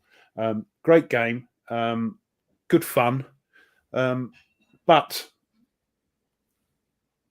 how do we get these games? I mean, I'm lucky. I'll come over to you. I'll just do a couple of mine. I'll throw it over to you guys, see what you think. But me and Tony playing on a Friday, even though we're not playing it in the physical sense, we're playing it virtually. So I'll count that as getting it off the shelf for shame. Now we've played Flying Colours, again, a game I've just mooted about and not played it properly. We played that. Good old Panzer Grenadier, and we're playing Men of Iron. We've played Lock and Load Tactical. Cheers. So yeah, that's a great way to get games off the shelf of shame, even though you're not physically playing, you're still playing the game. And the weird things happen to me because I'm playing Combat. I was looking to say, what should I play next? And of course, the new Carrier game's out. We've got Dave's Gaming Cave playing it a little while back. Tweez has played it, and I'm thinking, okay, I'll play. I want to play that now. It's a great game. And then I'm thinking, hold on. I've got my own made up edition of the original Carrier that came out in the 90s. Oh, I'll play that. And then I got an offshoot, and I think, do you know what? I really enjoyed playing Tokyo Express by the same designer as those other two. So I think my next game after Combat might be Tokyo Express playing the standard game, playing the sort of full rules, the full-on jobby. It's a complex blooming thing, animal. But that's weird how my mind works. But that's another way to get them off. Go on tangents and then suddenly play that game. No, I'll play that one. And then I tell you what, the same designer, fancy that one. What do you think, guys? About getting Shelf of Shame played? Opportunity played. Jester doesn't have a shelf. He's got everything scheduled out. Well, he's got a floor of shame.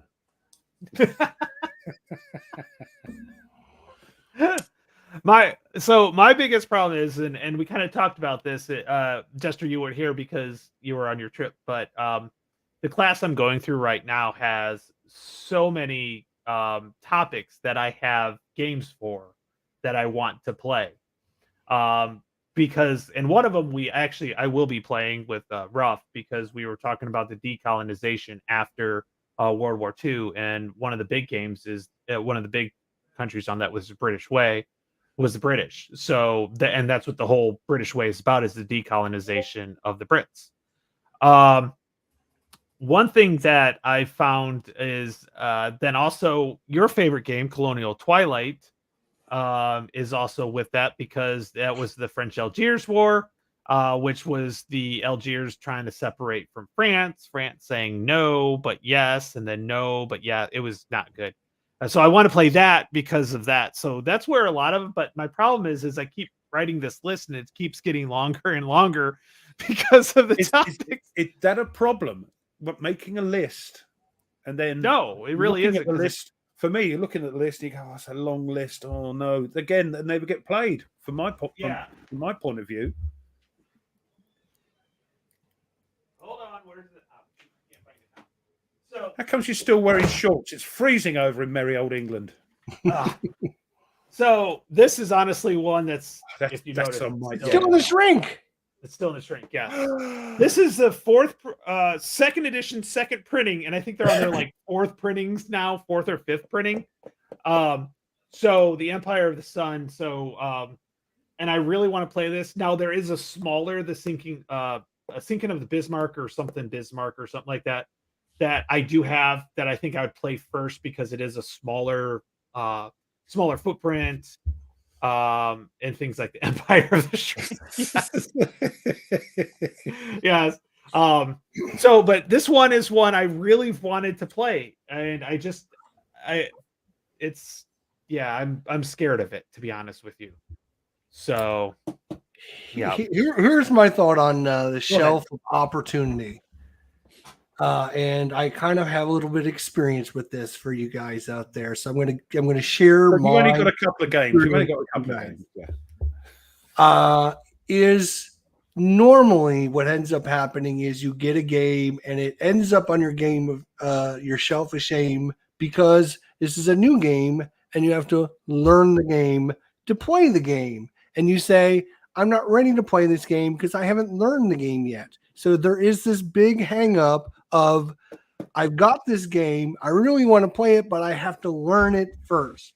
Learning the game so you can get it off your shelf is the first step in becoming and playing these games off of your shelf of shame.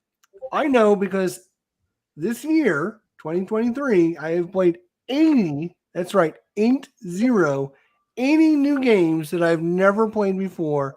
He's back, he's back. So it's partly learning the games and understanding the game and then putting it on the table, which is part of the hang up. And the second thing is dedicating yourself to playing the new game.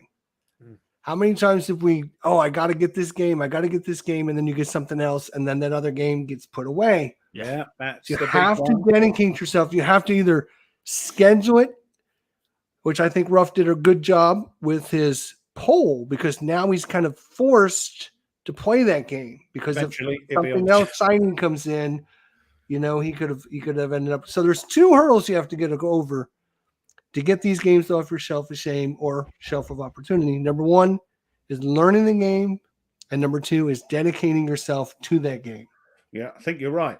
I think getting a new game, brand new, out the box, get the shrink wrap off, open it up, and there's a rule book. And I think Extra Squeaky said, if it's a big rule book, it might put people off. And learning the rules, it's sure. So there's ways of doing it. But I think we've had a discussion about how we learn rules. Maybe we want to revisit that maybe sometime in the future. How because the way I learn rules has changed since I think we had that last discussion. Yeah, honestly, me too. Yeah. So that's as you say, a big hurdle. And a good way of doing it, I think, is to get shelves of the shame. Is join Tack Up Wargaming on Facebook. We got the Tony, you're the man that does that very quickly. I'll be fiddling about. If you I'll get it. Put the old link up in case people haven't joined. And then if you're thinking, shelf of shame, what should I play? Put a little poll up. 2 or 3, 4 games that you want to play. And once you put them up, that's it. They're voted on. And you've got to supply proof, a bit like the 10 war games. It could be part of your 10 war games if that, you're still playing that. All right. Yeah, 3. Anyway, because Shiny comes in and adds to the shelf of shame. Mm-hmm. So, yeah, do that. That's a good way, I think. Also, another good way is some of these games you get in and they're a bit awkward to play, and you think, I'll play that one when my mates come, or I'll play that one day, I'll take that to a convention. The CDG solo system is opening up a load of games for you to play solo. So, again, that's another way to get that off the shelf. Problem with things like Paths of Glory and Pursuit of Glory, which I'm looking forward to, even though I'm not a big World War I player. You may be after playing that, though. I might be. And that's another problem, isn't it? But it's quite a chunky game. So it's learning that game. Again, back to the rules again, learning the rules. What do you think of the channel? I don't know what... You're so right, Tweez. That was what was fun about Men of Iron. I didn't have to do anything. Ruff was pretty good with the rules as well. Well, that's actually part of getting your game. If you don't want to learn the game, play somebody that knows how to and that can teach you. Like That's what I was going to we say. did with Yeah. Herman in Plum Island Horror. We now know how to play the Plum Island Horror by playing Yeah. with him. Blue Tweezers taught me how to play Skies Over the Reich. So I instead of sitting down to learn it myself and watch the videos, I had him teach me how to play. That's another way. Is because again, using something like our Tack Up Wargaming Facebook page, you can coordinate and get people to play games. You say, I want to play this game, but I keep putting it off. It's on my shelf for shame, but I really want to do it. Anybody want to play it? Then get somebody to play it. Play it on Vassal. You can tick it off your shelf for shame virtually. Good idea. So I got this after you left, Jester. I've played it twice now. Wow. Mainly because I was really in the mood because of the topic with the Budapest 1956 and learning all about that particular topic. So I've played it twice. The first time it was a clunker because that's what I found. You always have that clunker play as you're trying to figure out how things go. Like the first turn, I didn't do things enough or not enough. So you really do have to play a lot of these games to really learn the rules. You really can't read it and roll. But I'll tell you what, this is a great game. It really emphasizes the topic and really the struggle that a lot of the revolutionaries had against the communists. And then all of a sudden you think you're getting somewhere and they throw 3 tanks at one spot or they throw a couple snipers and a tank. And you can't just take out the snipers with the bullets. You have to have the ambush cards, which are different. So it's really cool in that. But I played it in hour and a half. Now, granted, I didn't come close the first time, which doesn't surprise me. Second time, I came close to going through the whole day, but I would have lost because the events were taking too long. But great That's what game. we're talking about. You've played the game. Now you're learning to play I'm learning to play the game to focus on what to focus on. With this, our first session was a little bit of a struggle because it's been a while. It's been a while. I had not played it, or I had only played Tewksbury, or Wakefield was it? Or Wakefield, Wakefield. Yeah. I played Wakefield, and that was years ago as well. But I printed out the rules, which we were kind of making fun of. But I actually now, when I went through, I remembered because I actually annotate my rules. It's hard to see, but I underline and I make notes and everything. Because as I was learning, as I've been reading for my actual classes, I found that helps me remember stuff. And I'm like, oh, when I'm thinking of a paper, it comes back.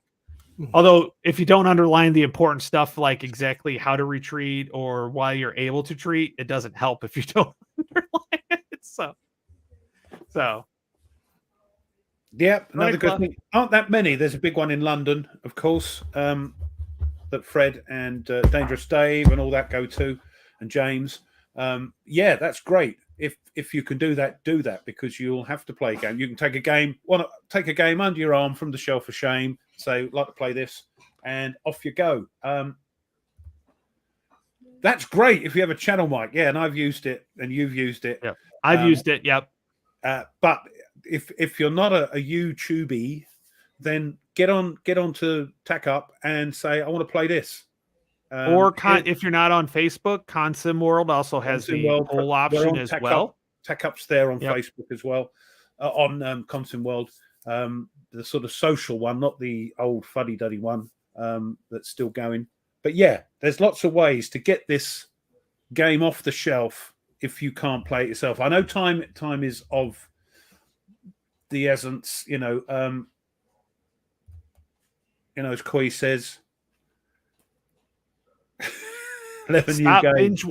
Stop binge watching or doing this, and you will probably have more time. If you can just disconnect, you probably can do that. You still got 19 minutes or so. Yeah, Brian, and you can watch it, because what did we like to do? If you watch this on the replay in the future, leave a comment. I'll try and make a mention of this at the end.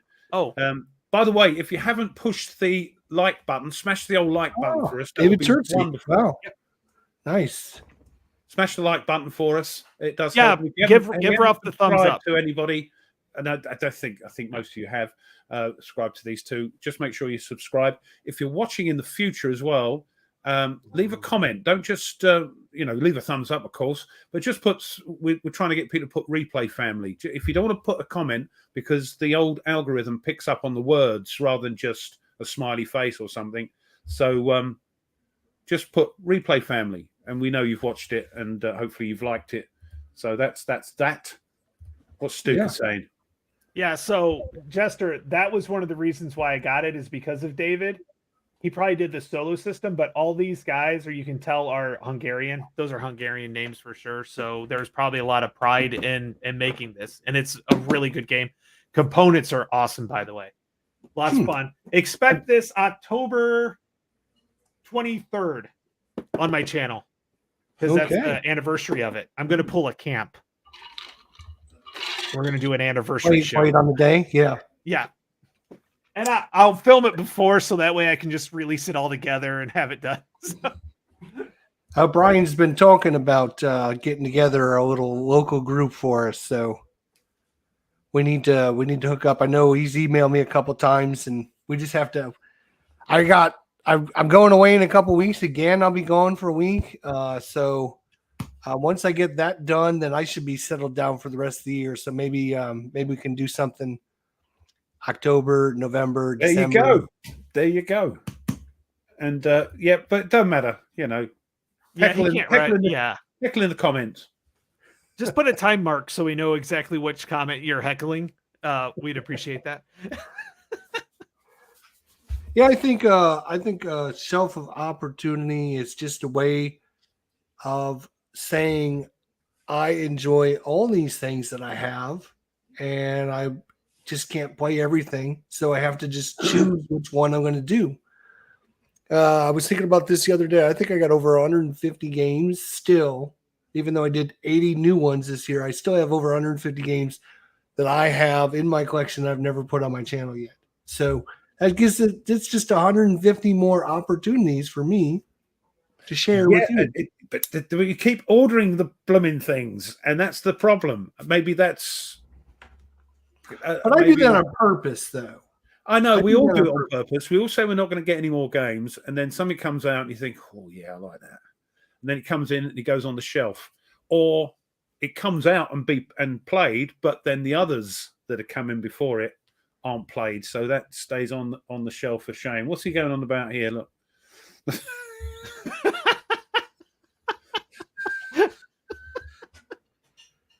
I think it's a comment from that one from yes. Mike. But yeah, that was going after the Stukas of Have you sent them to Stuka Joe yet?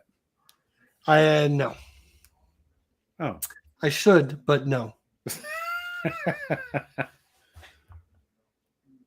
I'm still waiting. I'm still willing to sell them, by the way, for a discount for $30, but I'm just surprised no one's jumped on that deal yet. I don't understand why not. It's a great deal. Yeah, he's disappointed. No. I know. And that's this is part of the problem as well. Yes. Too many. Yes, agreed. Yep. Well, I mean, that's another issue is you got so many games coming out now, which is not a bad thing. Got to get them all. It's terrible. I don't think the Shelf of Shame will just be a thing that us. I suppose it's for all gamers, but for war gamers, it's a thing that's just going to be with us, and we have to live with and get over our guilt and play as much as we can. Here's what I'm going to say about the Shelf of Opportunity, Shelf of Shame, and kind of my last 2 cents on this is every single hobby has their Shelf of Shame. Have you met a book reader, somebody that reads voraciously, that has read every single book in their library? No, they keep buying them and keep buying because them. They love books. Yes, yeah. They love books. We love the beauty out of these games as well, the collecting part of it. And look at this. There's just nothing as beautiful as a shelf that's full it's of just games. A beautiful thing to behold. So Yeah. Even though we want to play as much as we can. Yeah, see, Ah! it's even that one, Jester, is a thing, it's a beauty to behold. So I think my last thing on this is that yes, it's a problem that we all got with these shelves of shame, but don't be too put off by it, because you look at them and you think, one day, my love, one day I'll play you and caress your counters. Oh, Well, trust me, as a book collector, I bought books for retirement. Yeah. Literally. Yeah. So now I'm like, I need to read it. Here's the whole thing with the shelf of shame is I think it's actually kind of in your own imagination, because I mean, even if let's just say you had 20 games, that's all you owned was just 20 games, and you played the first game, and then you played the second game, and then played the third one, you would still have these other ones that you hadn't played that are still on the shelf of shame. You're going to have them anyway. Yeah. Eventually, you would play all your games, right? But you would still have that shelf of shame, because you would have to go and say, I haven't played this game for like 6 years now, right? So that would be on my shelf of shame. So you're always going to have it. Yeah. And I think it's something we've just got to get. Any way to get around it, and I think it. it's just a thing of the way it's done. Yeah, and there are ways to try and do it, like we suggested. Get on Tack Up, do a little poll, get together with people, because they're great. Everybody on Tack Up is great, and there are other Facebook channels, of course, but get together, get playing, and tell us about it. That would be good. But yeah, it's shelf of shame, shelf of opportunity is, as you say, Jester, it's just goes with the territory. It's never going to stop, because look at you with that commands and colors thing. Look at me with my Panzer, that came in all at the same time. Great. And I love looking at them. I think I'm going to play you one day. I mean, even if you get to play it one day, does that mean that you're not going to put it back on the shelf of shame because you only played one scenario from? You have 5 boxes. You played one scenario. Does that mean? Isn't it? Yeah. Is it still on the shelf of shame if you play it once and don't play it for 5 years? Right. You say, no, I've played that game. It's been 5 years, but I've played it, so it's not on the shelf of shame. Or is it? You see, this is a never-ending. Right. Yeah, it's a never-ending cycle. Thing. I mean, you love Atlantic Chase, so if you don't play that in, say, 2 years, wouldn't you say you would put that on your shelf of shame? Exactly. Well, yeah, and maybe I can't be saying it's my favorite game because I haven't played it. I haven't played it constantly. It's. Yeah, sorry, I didn't mean to come out very. Okay, maybe I should have picked my words a bit better. Anyway, but I know what I mean. Just wait till he starts talking about coming around from behind on his counters. Oh yes. There was plenty of rear action going on in Men of Iron. Yeah, that was kind of the reason why I lost. By the way, just saying. Yeah, but yeah. Well, I hope you enjoyed that sort of discussion, and I think the upshot is there is no answer. We can try and alleviate it a little bit, but there is no answer unless we all stop ordering games, which it isn't going to happen, is it? So not anytime soon. That's for sure. So one thing I do want to mention as for our channel and stuff as we're finishing up here is that October's schedule or the next couple weeks are going to change and move around. So anything that we had previously scheduled before has been erased right now due to circumstances beyond our control. Things have happened. I've got surgery, life Jester's going out, Ruff's going on holiday, Jester's on vacation, I've got surgery, so we're going to kind of put all that off, and we'll still have our shows, but anything that we had scheduled at this point in time has been put off. Do we know where it is next week? Yes, it's on Jester's channel next week. Okay. Yeah. It's on your channel as per normal. Yeah, so it'll be on my channel. I will be here, and somebody else, maybe Ruff, maybe Tony, maybe both, maybe neither, but I'll be here with somebody.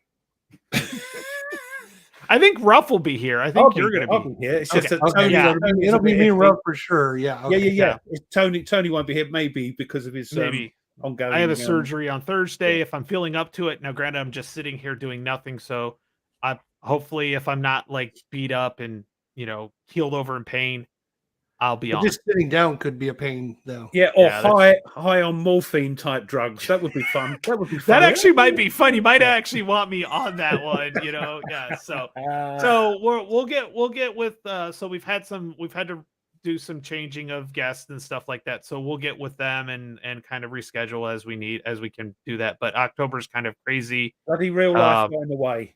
Yeah. Yeah, unfortunately. So we're just gonna go with that.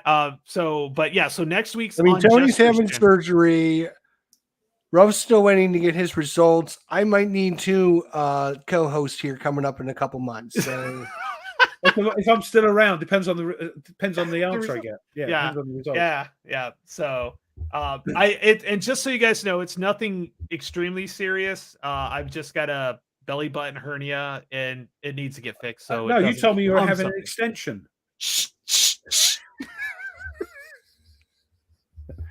Anyway, Jester, what's coming up on the show next week on your channel? next week is going to be a busy week. Number one, I got off Monday, so I got nothing to do tomorrow and Monday but play games all day and day. I got to finish. I got one more box to sticker, and then we're going to get some command colors. We're going to be playing Legendary Matrix. Rough little Legendary Matrix. Everybody over here. You're going to like that. And then probably another 5 other games I haven't decided on, but something good this week. I don't think I got anything scheduled with anybody right this second, but me and Phoenix Knight are working on a project together that we're going to try and get out sometime soon. So a little Arkham Horror living card game. So anyways, I've got that one. I have not watched any videos because I'm afraid of the spoiler alerts. That's my biggest issue with it. So I think we're going to go through a couple scenarios together, and then kind of like a learning teachings thing for people out there that haven't played it. And then I think that's it until next week. Yeah. I'm trying to be kind of low key because I'm going away again in a couple weeks. So I'm trying to just get by till that, and then where you're off to this time?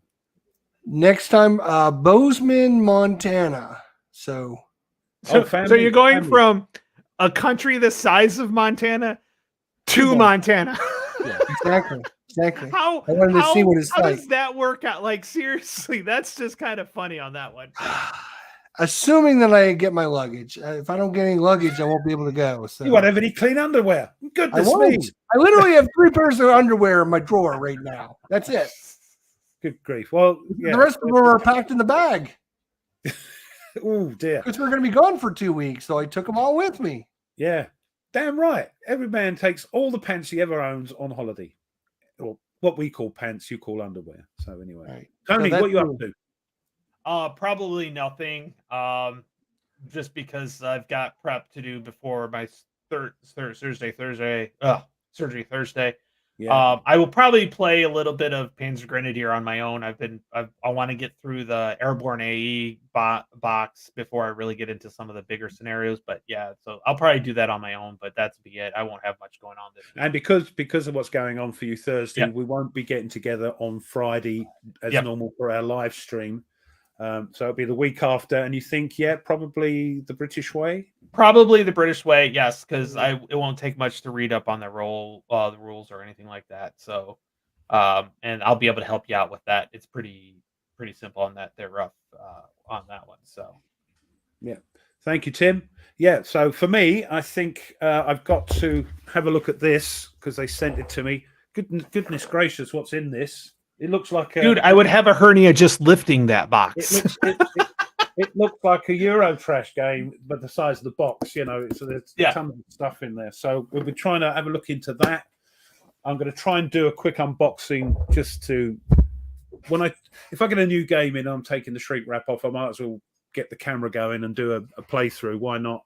Of Pursuit of Glory, and hopefully we will try and get something on the channel with combat to try and get across how much fun it is, and then we'll take it from there. I think. Yeah, I'm what looking up to. forward to seeing that, Ruff. Yeah, Come on now, keep going. I'm only going to be playing the introductory scenario because I'm learning it, and we'll play it and we'll see. We've got another. Oh man, now I can't remember what was the game. What's your favorite game? That Atlantic Chase, where he'll do all the tutorial scenarios now. I might do. Play. I might do. Yeah, I might do because they're good. The first one is very vanilla, doesn't have anything in it, just gets you used to moving, combat, and all that sort of thing. The second one then brings in the alertness of the Germans, and they're not alert. You've got to, they're sitting there smoking and eating their sandwiches, and when things happen, they become alert and they get orders. And then I think another one it gets illumination into it, so it sort of gradually brings it along, and that it might well turn into another Atlantic Chase. So we'll see. That'd be cool. Well, that'd be cool. All I can say is that I hope everybody enjoyed that, and thanks, guys. It's great to have you back, Jester. Yes, glad to hear you back. Yes. Yeah. So we love our guest hosts, but we do. Yep.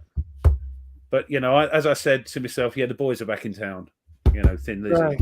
the boys are back in town. So it was good. Next week on my channel, and we're gonna have a good subject next week. I think we're gonna talk about the Battle of Colmar. I'll get to show you guys my photos from the Audie Murphy Museum, and there's just thousands and thousands of artifacts that we can show off. So maybe we'll talk about that next week. Yeah, that'd be brilliant. Yeah, that'd be great. That'd be good. I may be like watching it or whatever, but you might be laying down watching it with the television up there or something. No. I probably won't be doing this, which is why I don't know how much gaming I'll get done for a little while because of that. So yeah, sure. Yeah. All right. Well, yeah. So we'll look forward to that, Jester. Nice because you can sort out a nice. Is he frozen? No, he's not. I thought you were frozen there. That was weird. Work out a nice slice show and tell us all about what you've been up to. Stop it, Stoker. Stop it. Yeah, great comment. Glad everybody enjoyed it. And they're all wishing you luck and all that sort of thing. Yeah, all goes well. Tone. Yeah, take your time. Don't rush back. Thank you, Mark. I assume you're talking about Atlantic Chase. So yeah, he's on the wait. Go back. What's that? Look at his. No, the other person. Yeah, right there. He's on the ice with a scuba outfit. No, that's a winter outfit. That's a winter outfit. It looks like a scuba. They're a lot thinner now. They don't have to do that. Oh my god! He's got a pipe coming out there. Maybe Mark can tell us. It looks like he's. I don't know what's going on, but yeah, it's weird. No, it's a good photo. It might be just a backpack that you just see the top hook. Yeah. Two belly buttons. Two belly buttons. Yeah, two belly buttons. God bless him. Oh God. I think what he's actually doing, Mark. He's actually having. Oh no, wrong one. Sorry. Oh yes, it is an ice axe in his hand. It's an axe. So it's Alistair. Yeah, you're actually having your belly button pierced, aren't you? Yeah. I wish it was that. Well, we're at the 2 hours. We've got to go. Yeah. So I've got to thank everybody. Thank you for putting up with me hosting. I hope it was okay. If you haven't done so already, please smash the like button because it keeps us up in the old people's awareness. And if you're watching after this on the old replay, just put a comment after hitting the like button. If you haven't watched it yet, just put replay family and just a silly little thing I'm trying to get going and gets it up with the old algorithms. So thank you. And as always, we love you all and there's nothing you can do about it. So thanks, everyone. Everybody have a great next week and we'll see you all for the show next time. Remember, subscribe to Tack Up Wargaming. See you laters.